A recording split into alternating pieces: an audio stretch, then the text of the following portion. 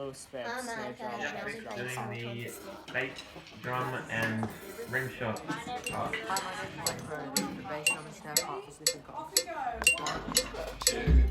1, 2, 3, 4.